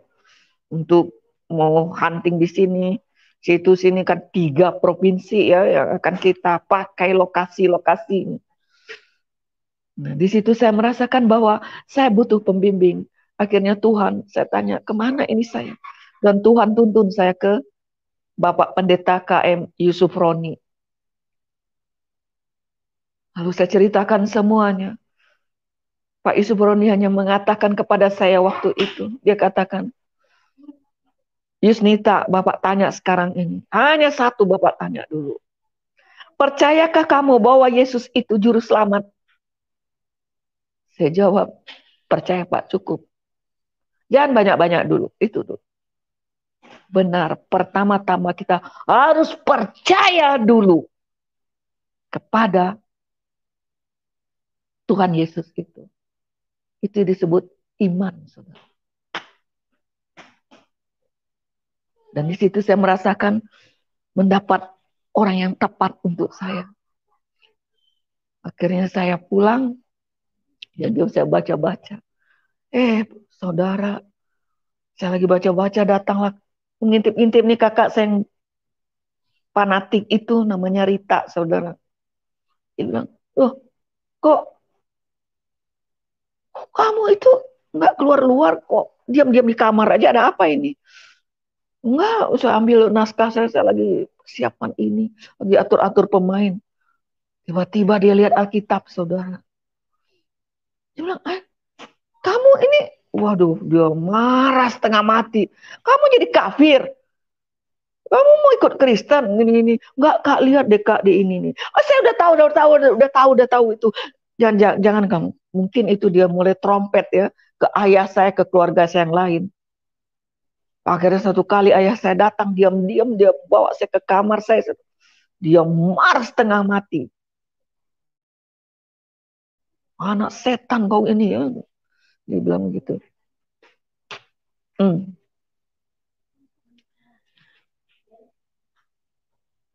Dia bilang begitu, anak setan kok ini ya, kok begitu. Kalau benar-benar kamu mau jadi Kristen, mau ikut jadi Kristen itu, kenapa nggak waktu kamu menikah sama si Ambon itu kamu jadi Kristen? Kenapa sekarang? Saya bunuh kamu nanti, habisi aja. Di situ saya merasakan Bapak Ibu, ini Tuhan yang jadi saksi. Nggak ada saya benci sama ayah saya. Kalau saya kalau dengar suaranya aja kalau udah marah-marah, aduh tunggu loh. Gue kaplok lu sama duit nanti. Nah, macam-macam dendam saya itu. Tapi waktu itu benar dari hati saya, Tuhan selamatkan juga ayah saya ini. Lihat matanya berapi-api itu, saudara. Di situ saya merasakan ada sesuatu perubahan terjadi dalam diri saya. Kebencian saya, dendam saya tadi, kemana itu? Kemana roh itu? Ketika kita benar-benar menerima sang firman itu, yang selamanya yang duduk di bangku kerajaan di hati kita, dia adalah aku, dan ditunggangi oleh roh setan itu. Tapi ketika firman itu kita izinkan masuk ke dalam hati kita, firman itu berkuasa dan dia bisa menggeser siapapun di hati kita jika kita memberikan hati kita ini kepada dia sepenuhnya. Itu saya, karena pada malam saya memanggil dia Bapak itu, terjadi peralihan terasa. Saya nggak mau lagi memikirkan, ini apa, pekerjaan saya ini menyita waktu, saudara. Itu bisa geser. Kerinduan saya ingin mengenal dia lebih dalam. Lebih dalam lagi. Itulah awal penderitaan saya ketika saya menerima Yesus. Di tengah-tengah keluarga besar saya. Saya tidak keluar dari situ. Saya tidak lari. Saya harus menjadi terang di tempat yang gelap itu. Di situ saya merasakan, saya tidak akan pergi. Sekalipun ayah saya mau membunuh saya. Siapapun keluarga saya akan menganiaya saya. Tidak akan pergi. Mengapa? Saya sudah bertemu dengan juru selamat yang bisa menyelamatkan saya itu. Keyakinan saya timbul. Akhirnya saya mengambil keputusan ikut katekisasi. Waktu saya mau dibaptis, saudara. Diam-diam saya mengasihi anak-anak saya makan. Saya tidak ada uang. Saya mulai jual pakaian. Apa saja yang bisa saya jadikan uang. Saya paling sombong, manusia sombong, saudara. Saya tidak bisa makan di warteg itu, nggak bisa, saudara. Tapi ketika Tuhan mengubah saya, restoran yang termewah bagi saya. Dengan ekonomi saya seperti itu, warteg adalah makanan favorit saya. Yang kadang saya beli tempenya satu, nasinya banyak, agar anak-anak saya makan. Menjelang saya mau dibaptis, saya udah alami itu. Waktu saya mulai percaya, saya alami itu. Akhirnya waktu mau dibaptis, entah kenapa Pak Yusuf Roni ini kalau baptis jauh-jauh saudara di Ancol, itu pakai ongkos lagi. Saya tidak punya dana. Tapi di situ saya merasakan, saya baru mau mendekat dan ingin melekat dengan Tuhan. Dan Tuhan tidak pernah mengecewakan saya. Dia menolong tepat pada waktu. Dan saya bersyukur sekali kepada Tuhan. Pada waktu itu, saya sudah berpikir hari Senin mau dibaptis. Tanggal 6 Desember 1989. Saya bilang, aduh, bagaimana ini? Tiba-tiba datang teman saya hari Minggu sore. Dia bilang, ini naskah kamu di ACC, di TV. Kenapa nggak produksi? Produksi aja. Saya bawa dia ke kamar saya. Saya bilang, sini. Dia lihat Alkitab. Buku-buku rohani ada di meja saya. Dia kaget setengah mati. Lo mau jadi kafir lo? Silakan anak dengar dulu. Ini naskah. Naskah ini bukan saja bisa membawa kita ya sukses di dunia. Tapi naskah ini bisa membawa kita ke surga. Wah, udah gila, udah stop. Saya kabarkan, dia bilang sudah cukup Yusnita. Sekarang saya hanya soal naskah ini. Saya bilang itu naskah saya. Gimana? Iya, udah saya bilang kamu produksi saja. Lalu nanti mengatur pemain, terserah lu mau atur siapa aja. Yang penting uang naskahnya sini. Ya dia kasihlah DP-nya saudara. Dengan DP itu saya bisa berangkat ke Ancol. Saya bersuka cita. Ketika saya dibaptis di Tenggelam, air memang tetap air saudara. Tetapi ketaatan kita kepada Sang Firman itu mengubah paradigma kita. Ketika ditenggelamkan itu, saya mendengar. Yang lama dikubur, semuanya dikubur, bangkit kamu, hidup baru. Dan saya memang merasakan ada sesuatu yang baru. Saya pulang dengan sukacita. Saya yakin dan percaya saat itu saya menerima apa yang diberikan oleh Yesus. Damai sejahteraku kutinggalkan bagimu. Bukan dititip saudara. Tapi dia berikan untuk orang yang percaya kepada dia. Bayangkan saya akan menghadapi maut kalau ayah saya benar mau membunuh saya. Keluarga saya benci, semuanya menjadi benci.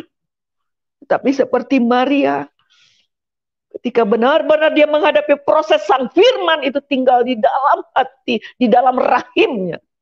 Ketakutannya itu berubah menjadi sukacita. Lukas pasal 1 ayat 46 dikatakan, bersorak-sorai jiwanya karena Allah adalah juru selamat. Duka cita diganti dengan sukacita. Terang saja orang bilang saya gila. Emang udah gila nih orang. Kok sukacita? Udah hidup kere, miskin. Udah begitu, Ibu.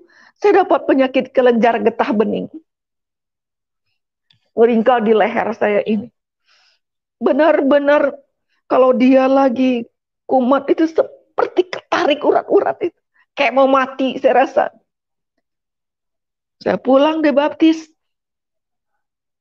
Di situ saya melihat pembelaan Tuhan. Tidak ada yang bersuara. Hanya terdiam semuanya. Cuman ayah saya kembali memanggil saya. Dia masuk ke kamar. Cukup aja lu yang jadi kafir setan. Cukup lu aja. Gak ada ya lu kabar-kabarkan lu bawa keluarga yang lain.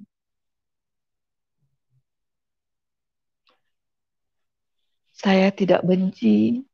Saya tidak dendam, saudara. Tuhan mengubah hati saya. Tetap dalam hati saya selamatkan keluarga saya, Tuhan. Supaya mereka juga merasakan apa yang saya rasakan. Damai sejahtera itu. Di tengah-tengah kegelapan dunia ini. Di tengah-tengah ketidakpastian di dunia ini. Saya memiliki janji yang pasti dari Tuhan Yesus. Nah, diam-diam saya tetap ke gereja. Tetap saya terus-terus. Saya bersyukur mendapat Bapak rohani. Ya. Kalau dia mengupas tentang firman itu, saudara. Dia kupas. Ya. Satu kali kita mendengar khotbahnya, saya kenyang rasanya 1 bulan, saudara. Apalagi waktu itu dikhususkan pendalaman Alkitab khusus mentan-mentan Kedar itu. Pak Subroni terbeban sekali dengan mentan-mentan Kedar. Dan kami, ya, mungkin berapa SKS itulah saudara ya kalau kuliah. Kita bisa interaksi, tanya jawab. Saya punya modal yang kuat. Gitu. Dan saya tahu bahwa iblis tidak akan pernah tinggal diam. Dan saya akhirnya sudah yakin bulat. Dan saya sudah mengerti sesuai ya kemampuan saya waktu itu untuk menangkap pesan-pesan Tuhan. Saya masuk ke gereja apa saja saya masuk, saudara.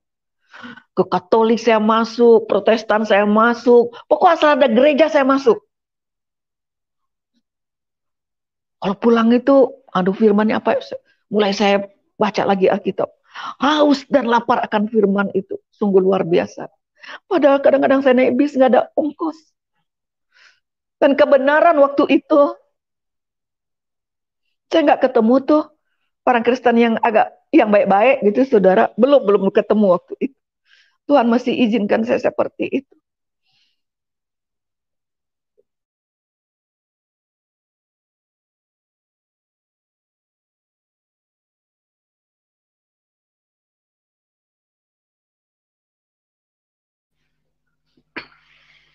Ya, Bu Yusnita. Halo, Bu Yusnita. Suaranya bisa dengar Ibu? Bu Yusnita. Ya, teman-teman sabar ya. Ini suaranya lagi terganggu. Suaranya hilang, kita coba lagi hubungkan kembali ya. Ya, sabar ya teman-teman ya. Memang jaringan kadang-kadang tidak stabil. Oke, Bu Yusnita. Bisa dengar, Bu? Ibu. Halo. Tombol suaranya diaktifkan, Ibu. Halo, bisa dengar? Ibu Yusnita bisa dengar suara saya? Ya. Bu Yusnita.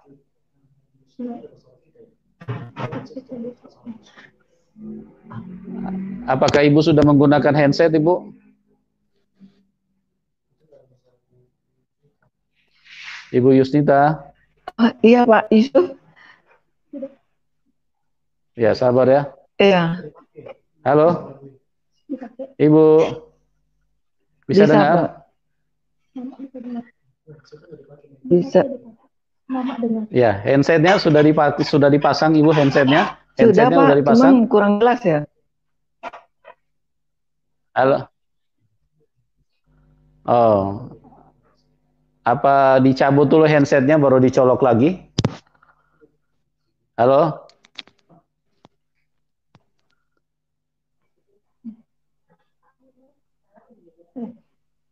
Iya, Iya.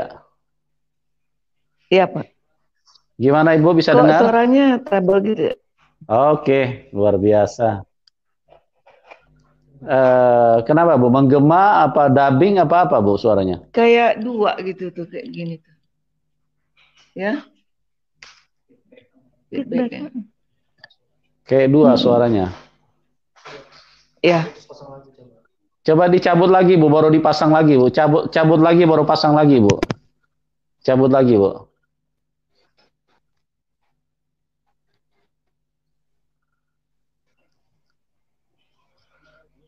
Bisa dengar Ibu? ya sama Pak kayak yang tadi. Halo? Halo? Masih sama ya? Hmm. Atau handsetnya dilepas aja Bu, handsetnya dilepas aja, dicabut aja Bu, nggak usah pakai handset, dicoba dulu, dilepas aja handsetnya, handsetnya dilepas aja, dicabut dari ini, dari apa, dari handphonenya dicabut Bu.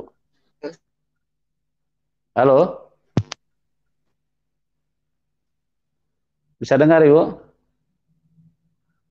Ya, terputus teman-teman ya, sabar ya.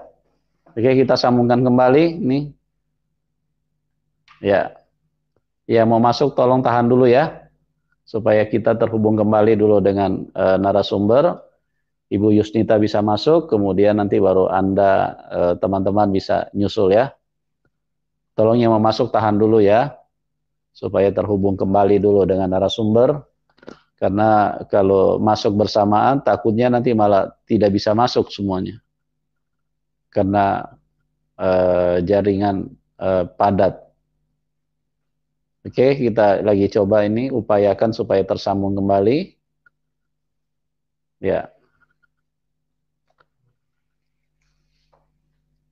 ya sabar ya teman-teman ya.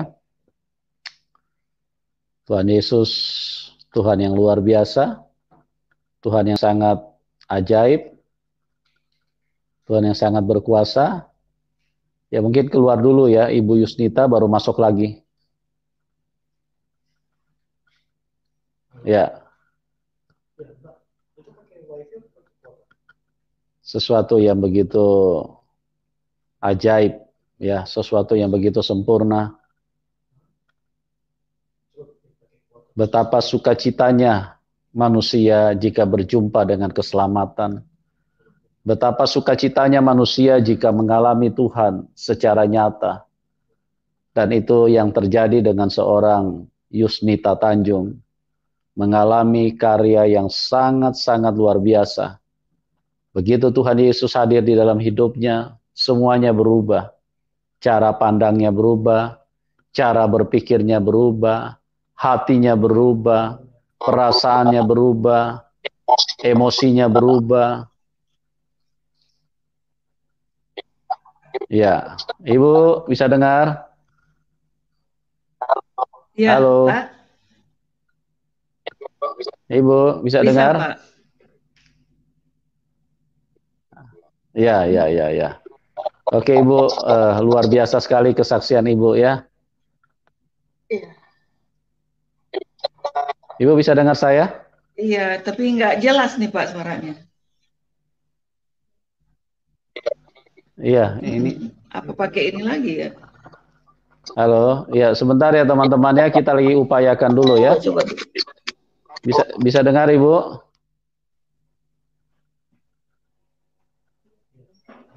Halo? Ya, Iya, Ibu bisa dengar bisa Pak. saya? Oke, oke, oke. Iya Pak. Oke, ya. Iya Sudah sudah jelas Pak. ya, Bu?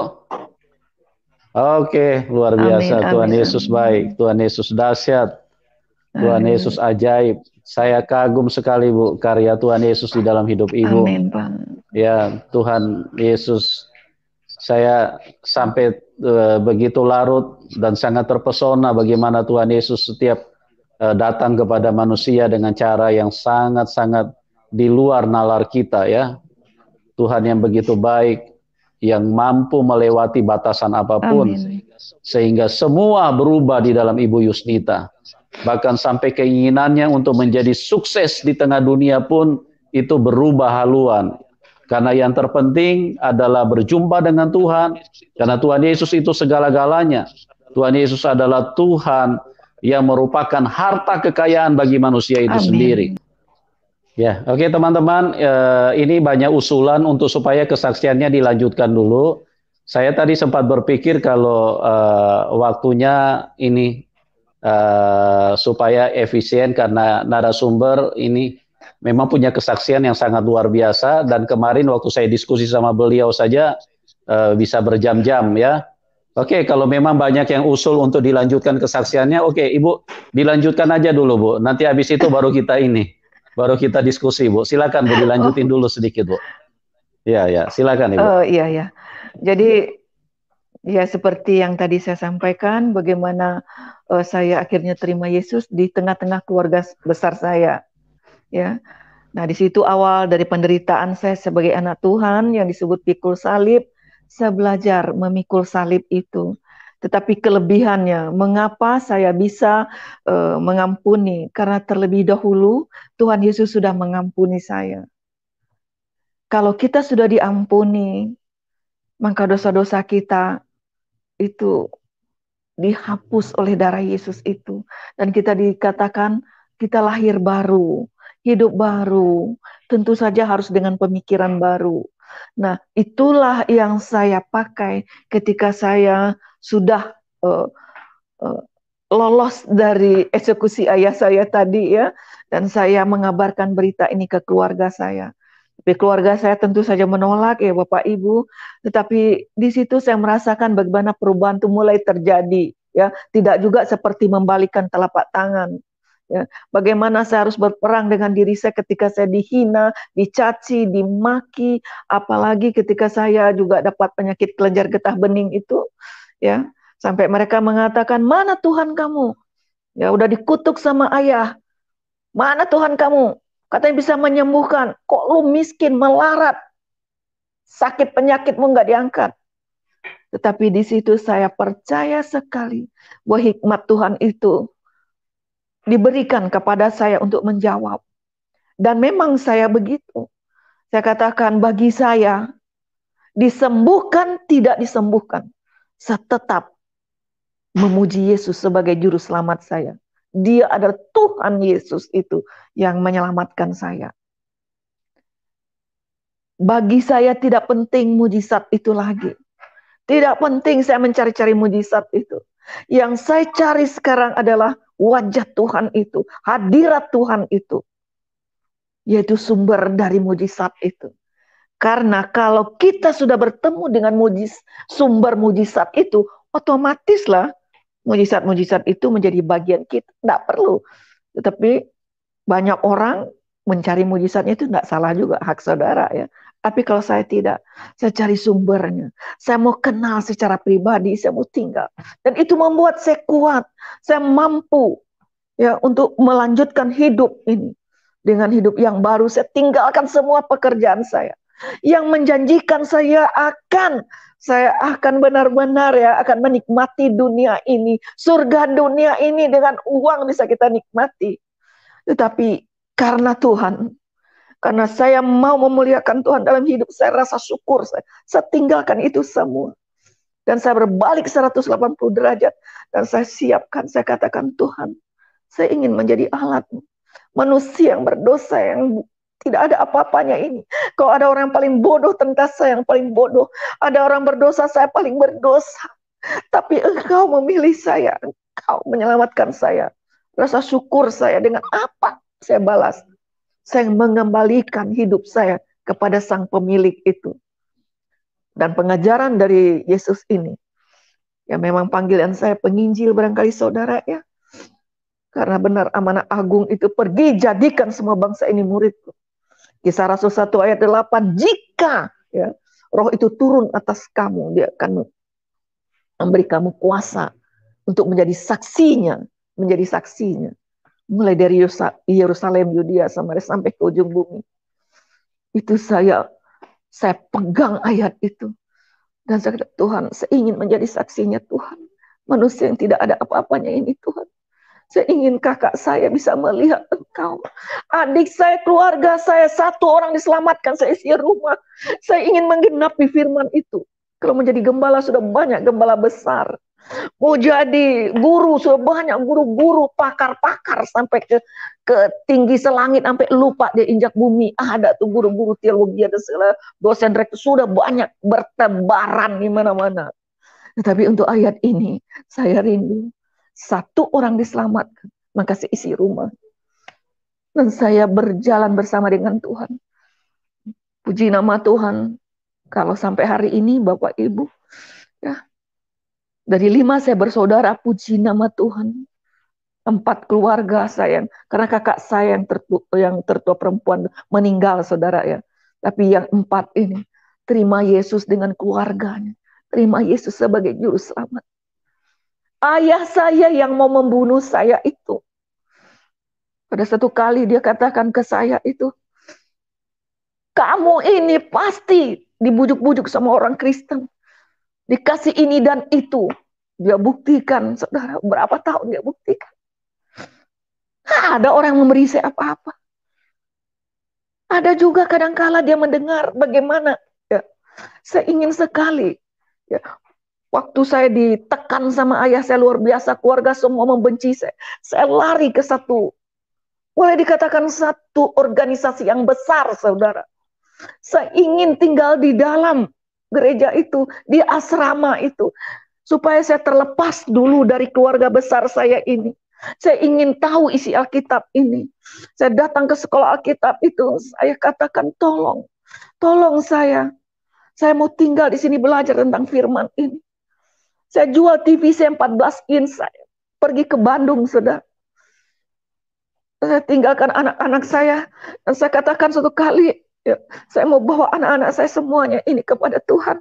Tapi saya harus mengetahui dulu tentang firman Tuhan ini. Saya harus menguasai dulu tentang Yesus ini. Yesus yang saya benci dulu, yang saya katakan manusia, ternyata dia adalah Tuhan, menciptakan langit, laut beserta isi ini.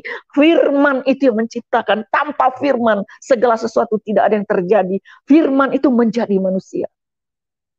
Yang kita kenal, yang saya kenal, namanya Yesus. Menjadi role modelnya Tuhan. Ya, itu saya bilang, aduh Tuhan, saya pengen belajar lebih dalam. Tapi apa yang saya alami? Tidak semua orang Kristen punya kasih, saudara. Tidak semua orang Kristen itu mempraktikkan firman itu. Mereka hanya bisa berkhotbah, mengumpulkan kekayaan dengan luar biasa. Saya saksinya. Dan Tuhan juga menjadi saksinya malam hari ini. Saya datang ke sana memohon seperti pengemis. Saya katakan anak-anak saya kecil, saudara umur 5-6 tahun itu. Saya katakan tolong, saya mau sembunyi dulu dari keluarga. Saya bawa anak saya yang kecil ini tinggal di sini. Sini ada panti asuhan, ada asrama, ada sekolah Alkitab, ada rumah sakit. Pokoknya organisasi ini cukup sukses, saudara, saya lihat. Pendek cerita, saudara, 4 jam saya di situ bolak-balik, segelas air minum saja tidak keluar, saudara. Sampai dia katakan, ibu kalau di sini tidak bisa bawa anak. Saya bilang, di sini kan ada panti asuhan. Anak saya titip dulu deh di panti asuhan itu. Oh, kalau di panti asuhan ini, ibu mau taruh anak. Ibu harus bikin surat pernyataan. Ibu menyerahkan anak ini ke panti. Mana tahu nanti ada yang mengadopsi.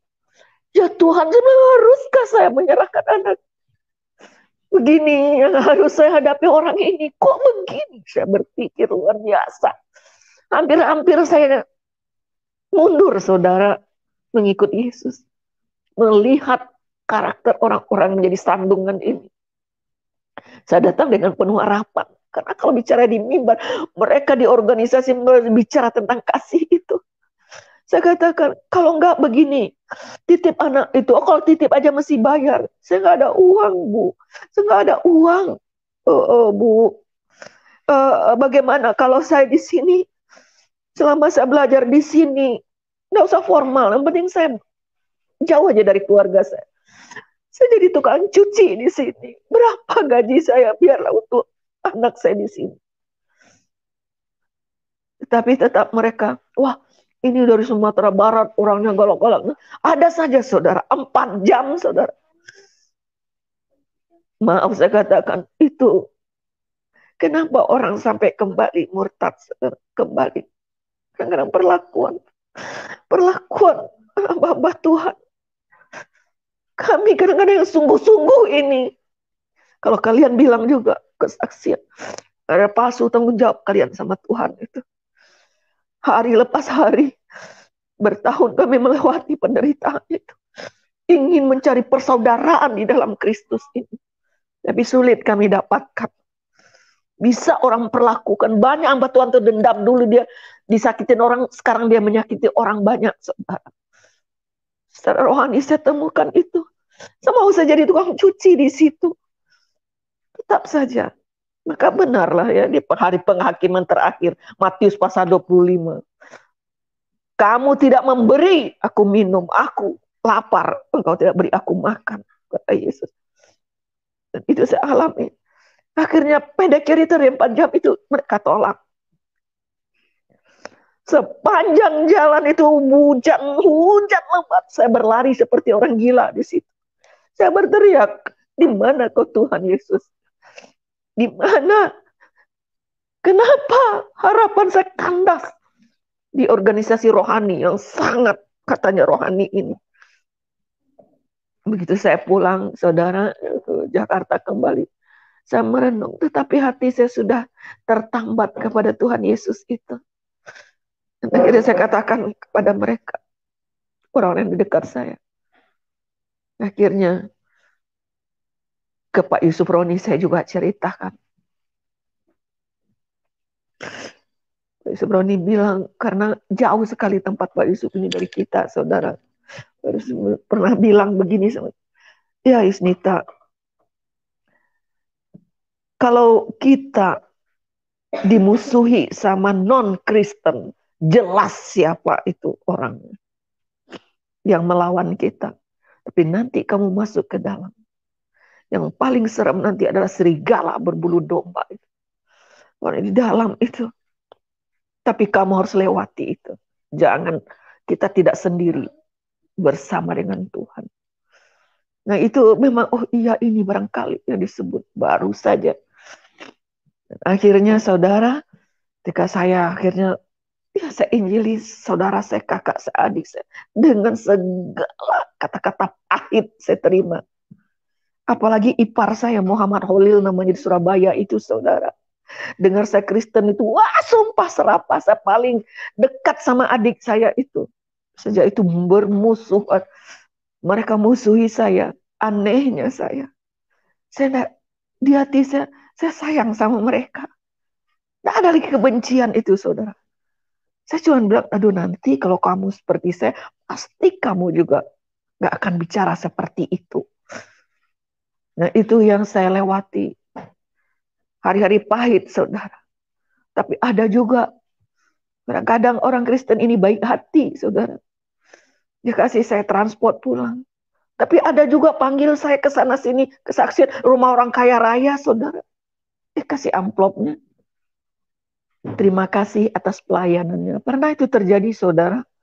Udah perut lapar, nggak makan, ibadah di situ. Karena dikasih amplop saya sama teman, saya lari kita keluar makan sate, ini udah lapar. Tapi seperti ada, lihat dulu, buka amplopnya. Saya udah bilang, Pak, bakar sate 10. Oh yo, tukang sate cepat, saudara. Tapi begitu dia mau bakar, stop. Saya buka amplopnya. Isinya, terima kasih atas pelayanannya. Tidak ada apa-apa. Mau pulang, saudara, duit tidak ada. Numpang-numpang di bus dengan sakit-sakit. Tapi aneh, ada sukacita di hati, ada damai sejahtera. Itu sebabnya keluarga saya mengatakan, saya sudah gila. Pekerjaan bagus-bagus dia rintis kayak gitu, lihat. Kayak gembel. Sakit-sakit udah dikutuk sama ayah. Tapi itulah ayah saya akhirnya manggil saya. Apa sebenarnya rahasianya ini? Kamu ini dibilang saya jual iman satu, kamu dikasih 5 juta sama ini 5 juta, boro-boro, saudara. Dia lihat, dia buktikan. Sekarang dia bilang, mana dukun kamu itu? Pasti kamu itu udah dijampe-jampe sama orang Kristen itu. Bawalah saya ke Sukabumi, tempat ayah saya, tempat istri mudanya, saudara. Saya dimandikan di Rukiah namanya, saudara. Mandikan. Supaya apa? Supaya saya ini berbalik lagi, bertobat ke jalan yang benar itu. Diulang lagi. Ayah bilang, bagaimana rasanya? Saya cuma dingin, ayah. Udah kedinginan nih jam 1 malam ini. Lama-lama ayah saya juga capek. Barangkali saudara udah pasang jampe-jampe kiri kanan segala macam. Lalu satu kali saya bilang sama ayah saya, ayah mau ketemu dukun saya. Iya, di mana dia? Ada. Siapa namanya? Yesus. Kamu ini memperkenalkan nama itu. Ya, itu. Yang memelet saya tuh itu. Di mana dia bisa ketemu? Ada di gereja. Akhirnya satu kali, jangan bilang ke kakak-kakakmu, jangan bilang saudaramu. Saya pengen tahu, mungkin dia mau pasang jampe-jampenya itu, saudara. Pas Natal waktu itu, saya bilang, ayo, ya boleh. Pas Natal itu ada acara di HI, Hotel Indonesia, saudara. Saya bawa ayah saya ke situ. Pas kita masuk sudah terlambat, saudara. Yang di atas mimbar itu bilang, Shalom! Pas di pintu, dia kaget ayah saya. Dia marah, kurang ajar, tidak sopan orang Kristen ini. Kenapa dia membentak saya seperti itu? Saya bilang, ayah, dia tuh menghormati ayah. Kenapa? Itu dia bilang, Assalamualaikum warahmatullahi wabarakatuh. Kamu nggak bohong. Enggak, hati salam itu ayah. Oh, dia ngasih salam tuh. Ayah saya buka pecinya, sudah dia bilang, Waalaikumsalam warahmatullahi wabarakatuh. Banyak yang ingin saya saksikan kepada saudara-saudara, ya, banyak sekali. Tapi mungkin waktunya sudah terlalu agak malam ya saudara. Dan pada akhirnya kalau saya ceritakan akhirnya, ayah saya bisa terima Yesus sebagai juru selamat. Dan ayah saya ketika juga diubahkan oleh Tuhan itu. Itulah pertama kali juga saya merasakan pelukan seorang ayah yang tulus. Tanpa otak kotor saudara, tapi tulus. Dia katakan, Yusnita, ayah sayang sama kamu. Yesus bisa mengubah segalanya, saudara. Asal kita mau menyerahkan hidup. Dan ya lain kali mungkin bisa disambung ya Pak Yusuf ya. Yang pasti ingin intronya saya kasih ya. Pengampunan yang sudah dilakukan oleh Yesus di kayu salib harus menjadi bagian dalam kehidupan kita. Jangan membalas kejahatan dengan kejahatan. Karena itu adalah hak Tuhan. Dan saya bisa mengampuni papa dari anak-anak saya. Walaupun saya diperlakukan tidak adil selama 7 tahun. Saya cari dia, saudara. Suatu kali ya nanti akan saya saksi. Kalau sampai hari ini saya ada, itu semua karena Tuhan menyertai saya. Dan keadaan saya sekarang ini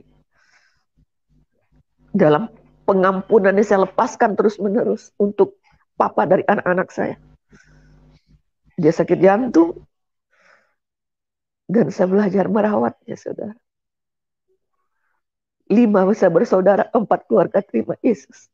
2 orang anak saya di pesantren itu sekarang menjadi pendeta, menjadi hamba Tuhan. Dan hidup saya hanya dari kemurahan Tuhan. Dan saya belajar benar-benar melakukan apa yang Tuhan ajarkan. Kalau saya tidak mengerti, saya belajar lagi, saya lakukan. Karena Tuhan mengatakan hari lepas hari engkau akan diperbaharui. Sampai hari ini. Dan saya bersyukur sekali anak-anak rohani saya. Baru sekali ini juga saya mendengar